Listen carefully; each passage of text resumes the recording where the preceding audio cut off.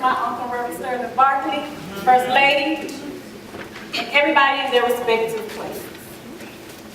Today I've been given the honor to introduce to you your speaker. I've known your speaker for all of my life. So when I was asked, I didn't know what I would say. It's just a list of things I could say.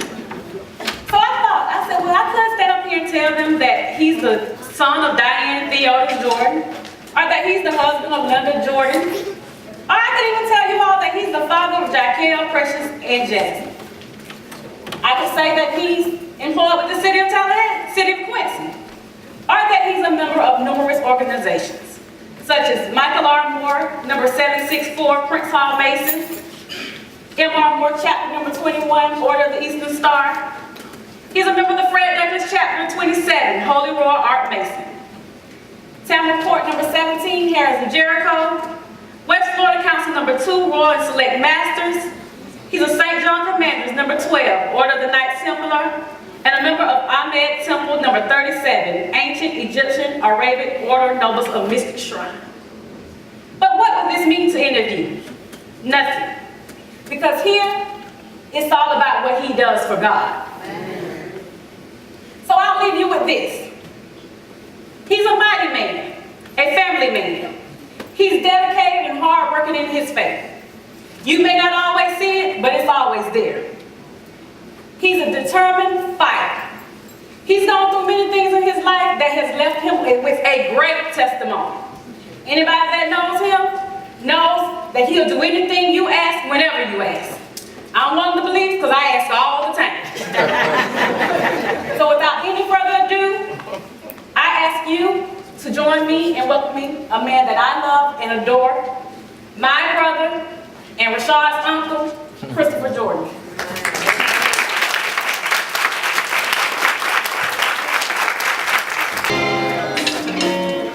Let the church say amen. Amen, amen again. Amen. 3 questions before I start that I want y'all to ponder on. Do you know him?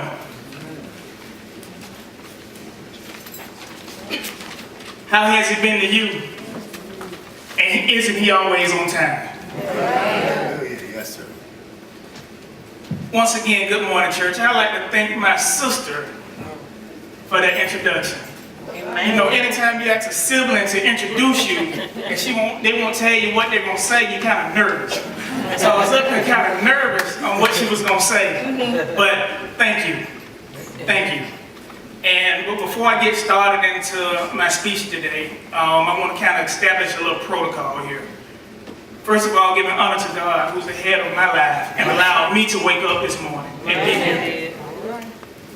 To the Reverend Sterling Barkley and his lovely First Lady, I thank y'all for giving me this opportunity to speak.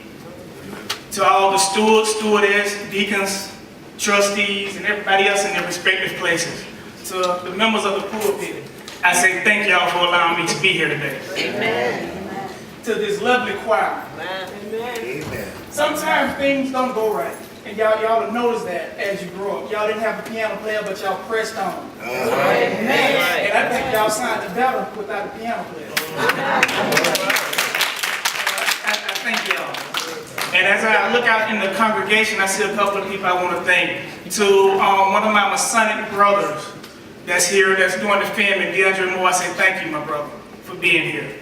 To my lovely parents that are out in the audience, Diane and Theodis, I want to thank y'all. And I kind of get emotional when I talk about them because they've been there every step of the way. So I want to thank y'all. And they say the apple doesn't fall far from the tree. That's right.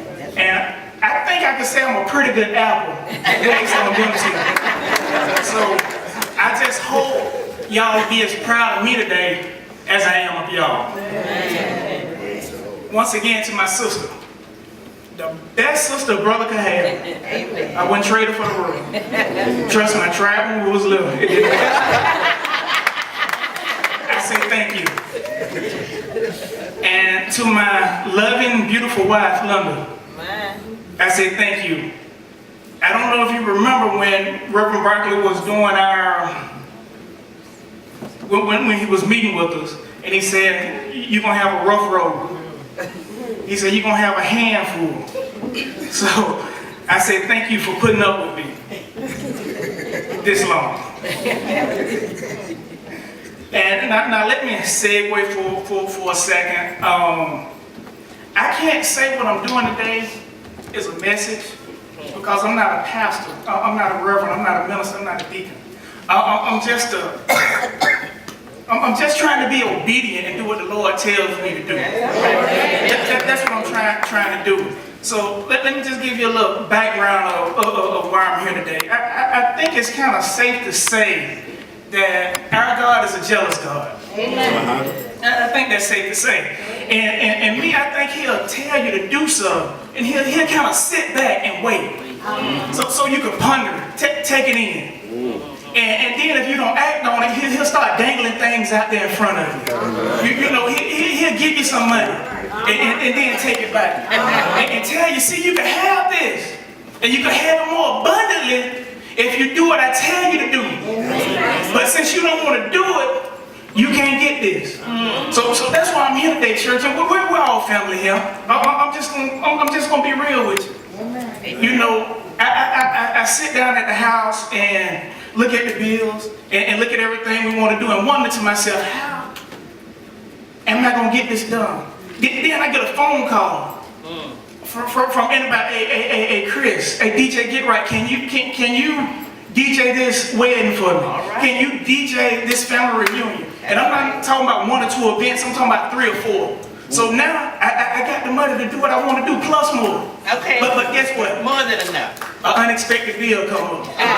This come up. Now all the money gone because the Lord says, see, Chris, I told you you can have this and have this more abundantly, but you're not doing what I asked you to do. So, church, I've been praying because we need another vehicle. So income tax come around. And I'm just going to be real with you. We getting $6,000, church. But guess what? Child support. Back child support. Tuck it all. Plus more. So guess what? I'm thinking to myself, see, Chris, you can have this. And you can have it more abundantly. But you're not doing what I asked you to do.